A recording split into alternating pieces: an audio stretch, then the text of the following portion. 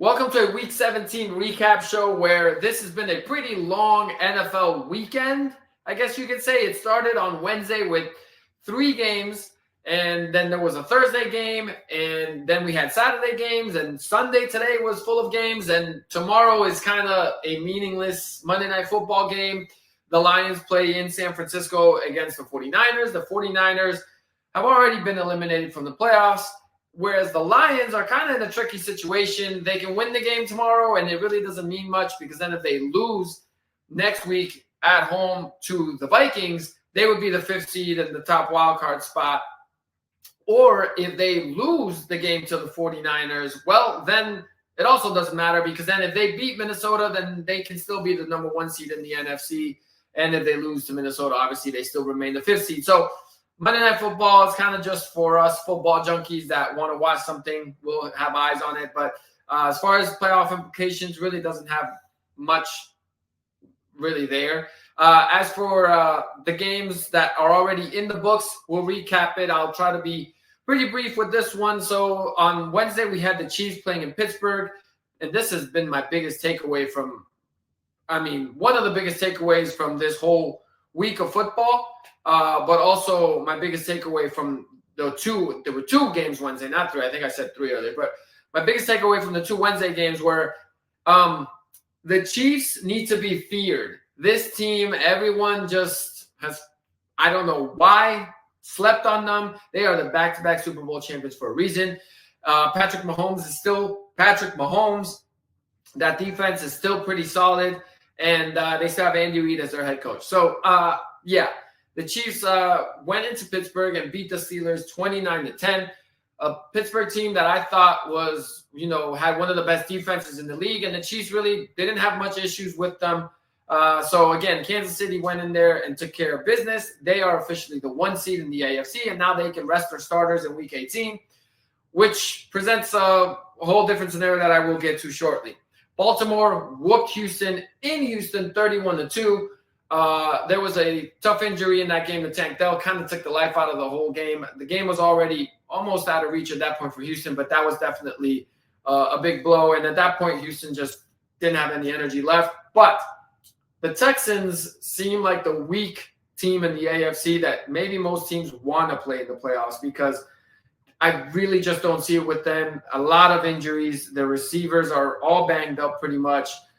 Diggs is out for the year. Tank Dell's now out for the year. And it's tough for Houston. Thursday presented one of the most boring games of the whole season. We had the Seahawks and the Chicago Bears with a baseball score of 6-3.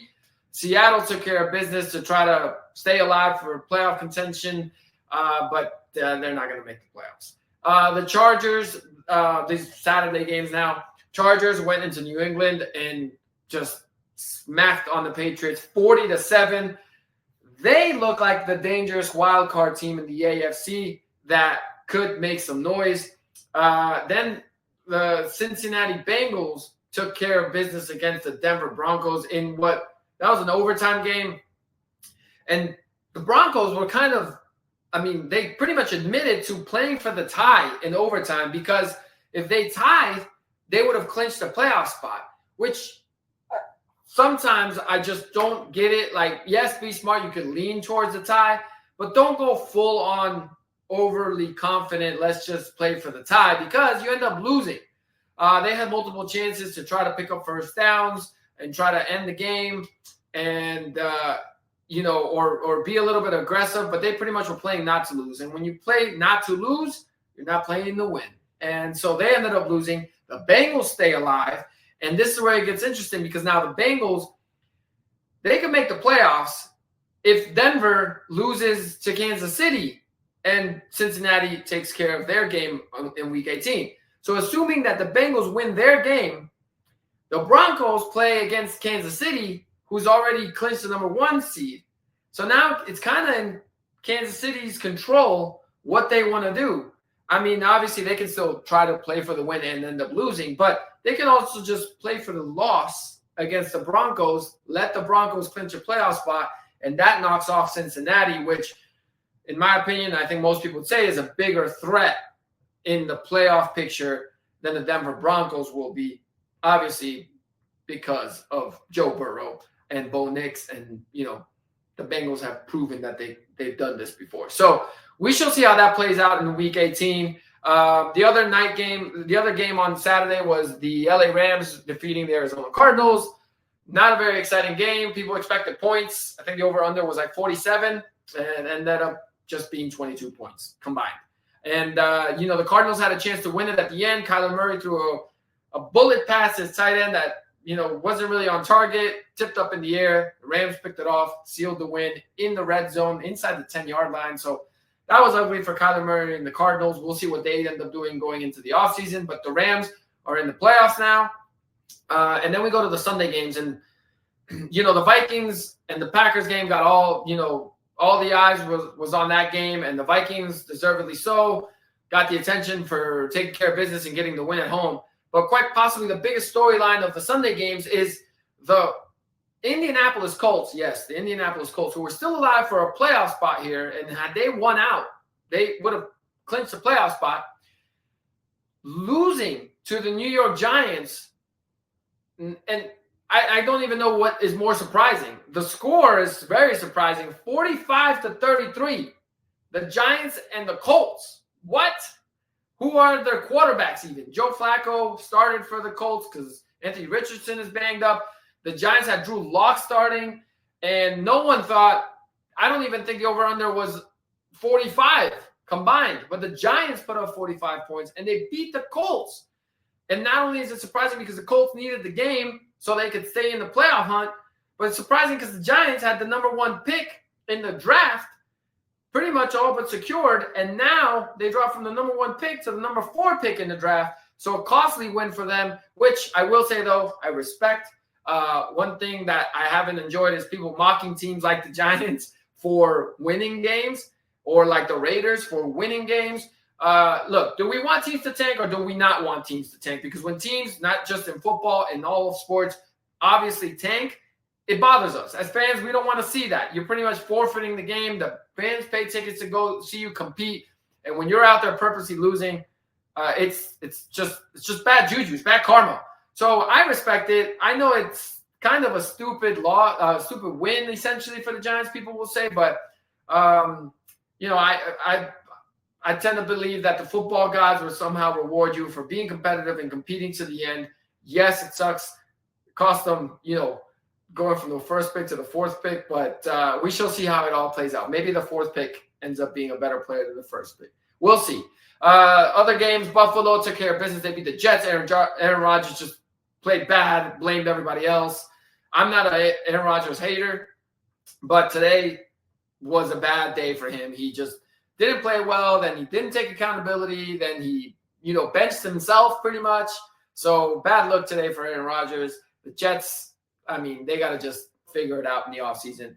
The Raiders won back-to-back games. They won today in New Orleans. So again, people will clown them for dropping in the, in the draft, but at the same time, hey, you want to build a culture that stands on winning, and I respect it. They beat New Orleans 25-10. Tampa Bay took care of business big time, 48-14 against the Panthers at home. So now, because we'll skip ahead, I guess, to the Sunday Night Football game, because the Falcons lost to the Commanders, Tampa Bay now controls its own destiny. If they can win next week, they will clinch the NFC South, and they will be the division winners, and will host the division. Will host the first-round playoff game at home against either Minnesota or Detroit, the loser of that game. Philly handled Dallas 41-7.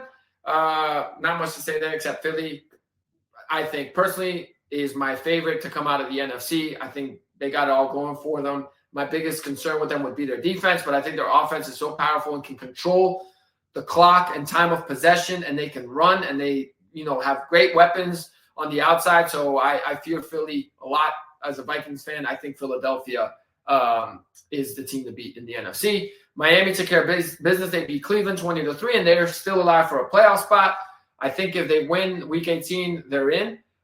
Minnesota, as we talked about, they beat the Packers, and I have a separate episode where I kind of break down this game a little bit more closely, but Minnesota took care of business, sets up the Week 18 Sunday Night Football matchup in Detroit. Winner clinches the number 1 seed in the NFC, big time.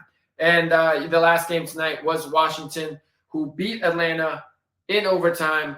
Costly loss for Atlanta. They had a chance to win actually with a 56-yard field goal, but their kicker, it was in line, but it was short.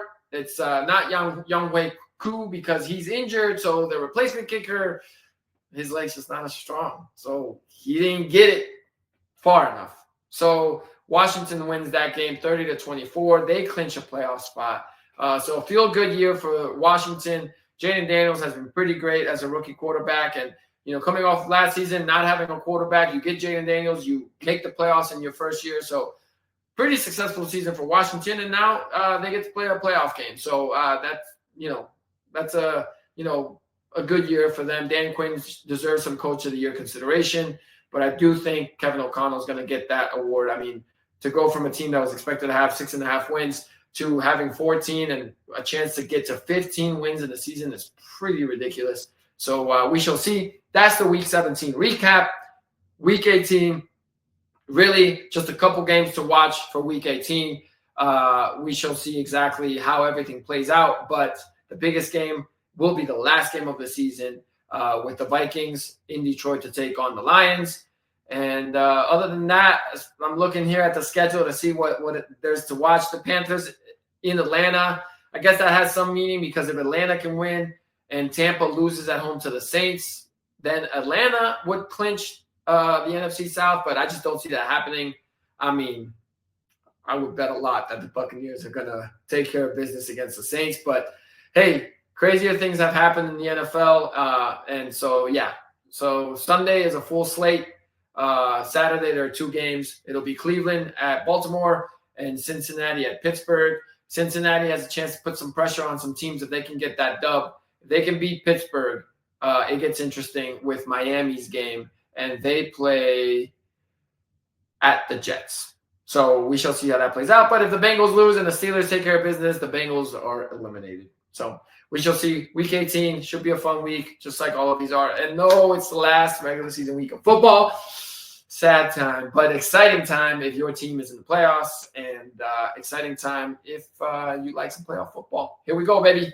All right, catch up with you guys on the next one.